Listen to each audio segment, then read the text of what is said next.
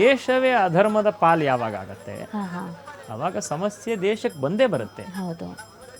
ಇರಾನ್ನಲ್ಲಿ ಅಲ್ಲಿರುವಂತಹ ಅವರ ಒಂದು ಏನಿದ್ದಾನೆ ಅಂದರೆ ಪ್ರೆಸಿಡೆಂಟ್ ರೀತಿಯಲ್ಲಿ ಅವನನ್ನು ಸಾಯಿಸ್ತಾರೆ. ಇರಾಕ್ನಲ್ಲಿ ನಮಗೆ ಗೊತ್ತಿರುವಂಥ ರೀತಿಯಲ್ಲಿ ಸದ್ದಾಮ್ ಹುಸೇನನ್ನು ಸಾಯಿಸ್ತಾರೆ. ಆಮೇಲೆ ಇನ್ಯಾವುದೋ ದೇಶದಲ್ಲಿ ಮಾಡ್ತಾರೆ.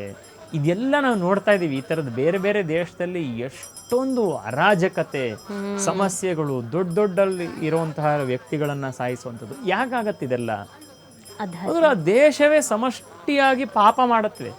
ಆ ದೇಶದ ಮೇಲೆ ಅದು ಪರಿಣಾಮ ಕೊಡುತ್ತೆ. ಆ ರೀತಿ ಭಯ ನಮಗೇನಿಲ್ಲ. ಯಾಕೆಂದರೆ ಇವತ್ತಿಗೂ ನಮ್ಮ ದೇಶದಲ್ಲಿ ಏನು ಧೈರ್ಯವಾಗಿ ಹೇಳ್ಬೋದಾಗಿರುವಂಥ ವಿಚಾರ ಏನು ಅಂತಂದರೆ, ದೊಡ್ಡ ಪಾಲು ಜನರು ಧರ್ಮಾತ್ಮನೆ. ಧರ್ಮ, ಪೂಜೆ, ಪುನಸ್ಕಾರ, ಶ್ರದ್ಧೆ, ಭಕ್ತಿ ಮಾಡಿದ್ರೆ, ಪಾಪ ಮಾಡಿದ್ರೆ ನಮಗೆ ತೊಂದರೆ ಆಗತ್ತೆ, ಪುಣ್ಯ ಮಾಡಿದ್ರೆ ನಮ್ಗೆ ಒಳ್ಳೇದಾಗತ್ತೆ ಅಂತ ನಂಬಿರೋವರೇ. ದೇವ್ರನ್ನ ನಂಬದೇ ಇರೋರು ಇದನ್ನ ನಂಬ್ತಾರೆ, ಕರ್ಮ ಸಿದ್ಧಾಂತನ. ಯಾಕೆಂದ್ರೆ ಅದೇ ಹೇಳದ್ನಲ್ಲ, ನಂಬಲಿಲ್ಲ ಅಂತಂದ್ರೂ ಇದು ಕೆಲಸ ಮಾಡುವಂತ. ನೋಡಿ, ಇವಾಗ ಲಿಂಗದ ಮೇಲೆ ಸ್ಪರ್ಶ ಆಗ್ತಾ ಇದೆ. ಹಾಗಾಗಿ ತುಂಬಾ ವಿಶೇಷ. ಅದ್ರ ಪಕ್ಕದಲ್ಲಿ ಒಂದು ಶ್ರೀಚಕ್ರ ಬೇರೆ ಇಟ್ಟಿದ್ದಾರೆ. ಅದರ ವಿಶೇಷತೆ, ಈ ಚಕ್ರದ ವಿಶೇಷ ಹೇಳಬೇಕು ಅಂತಂದ್ರೆ, ವಿಶೇಷತೆ ಹೇಳಬೇಕು ಅಂತಂದ್ರೆ ಆ ಪಾಣಿಪೀಠದ ಬಗ್ಗೆ ಮಾತಾಡೋದಾದ್ರೆ, ಜಗನ್ಮಾತನೇ ಸೃಷ್ಟಿನೇ ಅವಳು ಜಗದೀಶ್ವರಿ, ಪರಮೇಶ್ವರ ಶಿವ. ಈಗ ಕೆಲವು ಹಳ್ಳಿ ಭಾಗದಲ್ಲಿ ನಾವು ಏನ್ ಮಾಡ್ತೀವಿ, ರುಬ್ಬೋಗುಂಡು ಅಂತ ಕೇಳಿದೀವಿ. ತೆಂಗಿನಕಾಯಿ ಚಟ್ನಿ ಮಾಡ್ತಾರೆ, ಇಲ್ಲ ಏನಾದ್ರು ಒಂದು ರುಬ್ಕೊಂತಾರೆ. ಕೆಲವ್ರು ಏನ್ ಮಾಡ್ತಾರೆ, ಹಳ್ಳಿಗಾಡು ಪ್ರದೇಶದಲ್ಲಿ ಗೊತ್ತಿಲ್ದಿರ ಏನ್ ಮಾಡ್ತಾರೆ, ಅದನ್ನ ತೊಳೆದ್ಬಿಟ್ಟು ಬೇರೆ ಮಡಗಿರ್ತಾರೆ.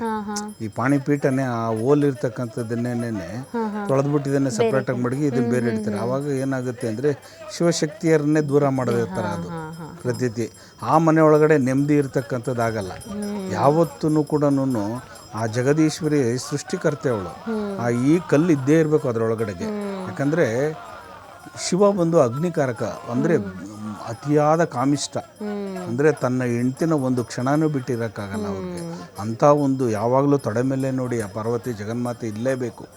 ಹಾಗಾಗಿ ಈ ಪಾಣಿಪೀಠದಲ್ಲಿ ವಿಶೇಷತೆ ಏನಂತಂದ್ರೆ, ಕೆಳಗಡೆ ಬಂದು ಶಕ್ತಿ ತಾಯಿ, ಮೇಲ್ಗಡೆ ಬಂದು ಪರಮೇಶ್ವರನ ಒಂದು ಇದು, ಅದನ್ನ ಇರಲೇಬೇಕು.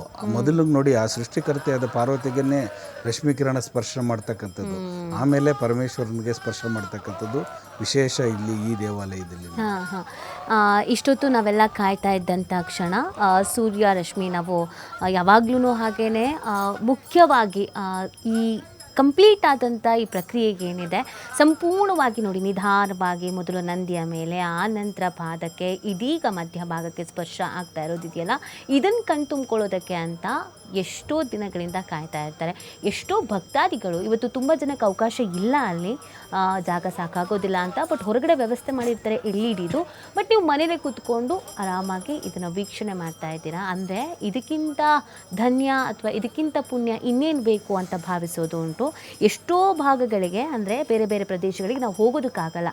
ಆದರೆ ಅಲ್ಲಿ ನಡೆಯುವಂಥ ಈ ವೈಶಿಷ್ಟ್ಯತೆ, ಈ ಮಹತ್ವವನ್ನು ಕಣ್ತುಂಬ್ಕೊಳ್ಳೋದು, ಅದರ ಜೊತೆಗೆ ಅದರ ವಿಶೇಷತೆಯನ್ನು ತಿಳ್ಕೊಳ್ಳೋದಿದೆಯಲ್ಲ, ಎಷ್ಟೋ ಜನಕ್ಕೆ ಇವತ್ತು ಈ ಲಿಂಗದ ಬಗ್ಗೆ, ಇಲ್ಲಾಗುವ ಸ್ಪರ್ಶದ ಬಗ್ಗೆ, ಈ ಪ್ರಕ್ರಿಯೆ ಬಗ್ಗೆ ಅರಿವೇ ಇರೋದಿಲ್ಲ. ಹಾಗಾಗಿ ಗಂಗಾಧರನ ಮೇಲೆ ಸೂರ್ಯರಶ್ಮಿ ಸ್ಪರ್ಶವಾಗುತ್ತೆ ಅನ್ನೋದು ಒಂದು ಬಿಟ್ಟರೆ ಅದಕ್ಕಿಂತ ಹೊರತಾಗಿ ಇನ್ನೇನಿದೆ ಅನ್ನೋದು ಗೊತ್ತಿರಲಿಲ್ಲ. ಅದೇ ನಿಮ್ಮ TV5 ಮುಖಾಂತರವಾಗಿ ಇವತ್ತು ಇಬ್ಬರು ಗುರುಜಿಗಳು ಬಹಳಷ್ಟು ವಿಷಯಗಳನ್ನು ತಿಳಿಸಿದ್ದಾರೆ. ಗುರುಜಿ, ನೀವು ಹೇಳ್ತಾ ಇದ್ರಿ ಶ್ರೀಚಕ್ರದ ಬಗ್ಗೆ ನಂಗೆ ಸುಮಾರು ಹೇಳೋಕ್ಕಿದೆ, ಹೆಂಗೆ ಹೇಳೋದು ಅದ್ರ ಬಗ್ಗೆ ಅಂತ. ನೀವು ಸ್ವಲ್ಪನಾದರೂ ಹೇಳಲೇಬೇಕು. ಖಂಡಿತ. ಎಲ್ಲ ಯಂತ್ರಗಳಲ್ಲಿ ಶಿವ ನಾವು ನೋಡುವಂಥ ರೀತಿಯಲ್ಲಿ ಚತುಷ್ಷಷ್ಟಿ ತಂತ್ರಗಳನ್ನು ಸೃಷ್ಟಿ ಮಾಡ್ತಾನೆ ಅಂತ. 64 ವಿದ್ಯೆ ಅಂತ ಕರಿತೀವಿ, ಚತುಷ್ಷಷ್ಟಿ ವಿದ್ಯೆಗಳು. ಈ ಎಲ್ಲ 64 ವಿದ್ಯೆಯು ಕೂಡ ಅದರಲ್ಲಿ ಒಂದೊಂದು ವಿದ್ಯೆಯಲ್ಲಿ ಒಂದೊಂದು ವಿದ್ಯೆಯನ್ನು ಕಲ್ತಂದ್ರೆ ಒಂದೊಂದು ಕೆಲಸವನ್ನ ಮಾಡಬಹುದು ಅಂತ. ಆದರೆ ಆ 64 ವಿದ್ಯೆಯಲ್ಲೂ ಕೂಡ ಅಖಿಲ ಪುರುಷಾರ್ಥವಾಗಿರುವಂತಹ, ಅಖಿಲ ಪುರುಷಾರ್ಥ ಅಂದ್ರೆ ಮೋಕ್ಷ ಅಂತ, ಮೋಕ್ಷವನ್ನು ಕೊಡುವಂತಹ ಯಾವ ವಿದ್ಯೆಯೂ ಇಲ್ಲವಂತೆ. ಆದ ಕಾರಣ ಶಿವ ಏನ್ ಮಾಡ್ತಾನಂತೆ, ದಕ್ಷಿಣಾಮೂರ್ತಿ ರೂಪದಲ್ಲಿ ಬಂದು ದೇವಿಯ ಒಂದು ತಂತ್ರವನ್ನ ಮಾಡ್ತಾನೆ. ದೇವಿಯ ಒಂದು ವಿದ್ಯೆಯನ್ನು ಹೊಸದಾಗಿ ಸ್ವತಂತ್ರವಾಗಿ ಒಂದು ತಂತ್ರವನ್ನ ಸೃಷ್ಟಿ ಮಾಡ್ತಾನೆ. ಅದೇ ಶ್ರೀವಿದ್ಯಾ ತಂತ್ರ ಅಂತ. ದಶಮಹಾವಿದ್ಯೆಯಲ್ಲಿ ಕಾಳಿ, ತಾರಾ, ಸುಂದರಿ, ಬಗಳಾಮುಖಿ, ಚಿನ್ನಮಸ್ತ, ಧೂಮಾವತಿ ಇತ್ಯಾದಿ ವಿದ್ಯೆಗಳಲ್ಲಿ ಸುಂದರಿ ಅಂತ ನಾವು ಏನು ವಿದ್ಯೆಯನ್ನು ಕರಿತೀವಿ, ಅದನ್ನ ಲಲಿತಾ ತ್ರಿಪುರ ಸುಂದರಿ ಅನ್ನುವಂತಹ ದೇವಿಯ ಮೇಲೆ ಇರುವಂಥದ್ದು. ಆ ದೇವಿ ಹೊರಡುವಂತಹ ಯಂತ್ರಕ್ಕೆ ಆ ಯಾವ ಒಂದು ಮಂತ್ರಕ್ಕೆ ಒಂದು ಯಂತ್ರದ ಫಾರ್ಮ್ ಇರುತ್ತೆ. ಒಂದು ಮಂತ್ರವನ್ನ ಹೇಳಿದ್ರೆ ಟೋನೋಗ್ರಾಫ್ ಅಂತ ಒಂದು ಉಪಕರಣ ಇದೆ, ಅದಕ್ಕೆ ಒಂದು ಮಂತ್ರವನ್ನ ಹೇಳಿದ್ರೆ ಅದೊಂದು ಯಂತ್ರವನ್ನ ಗೀಚತ್ತೆ. ಆ ರೀತಿ ಮಾಡಿದಾಗ ಯಾವ ಲಲಿತಾ ಸಹಸ್ರನಾಮವನ್ನೋ ಅಥವಾ ಪಂಚದಶಿ ಮಂತ್ರವನ್ನೋ ನಾವು ಓದಿದ್ರೆ ಅದು ಯಾವ ಯಂತ್ರವನ್ನ ಸೃಷ್ಟಿ ಮಾಡಿದೆಯೋ ಅದನ್ನೇ ಶ್ರೀಯಂತ್ರ ಅಥವಾ ಶ್ರೀಚಕ್ರ ಅಂತ ಕರಿತೀವಿ. ಹಾಗಾಗಿ ಇದರಲ್ಲಿ 9 ಆವರಣ ಇರುತ್ತೆ. ಬಿಂದು, ತ್ರಿಕೋಣ, ವಸುಕೋಣ, ದಶಾರಯುಗ್ಮಂ. ಬಿಂದು, ತ್ರಿಕೋಣ, ಮಧ್ಯದಲ್ಲಿ ಬಿಂದು ಇರುತ್ತೆ, ಅದು ದೇವಿ. ಮತ್ತೆ ಅದರ ಹೊರಗಡೆ ತ್ರಿಕೋಣ ಇರುತ್ತೆ, ದೇವಿನೂ ಅಂತನೂ ಅಲ್ಲ, ಶಿವಶಕ್ತಿಯರು ಅಂತ.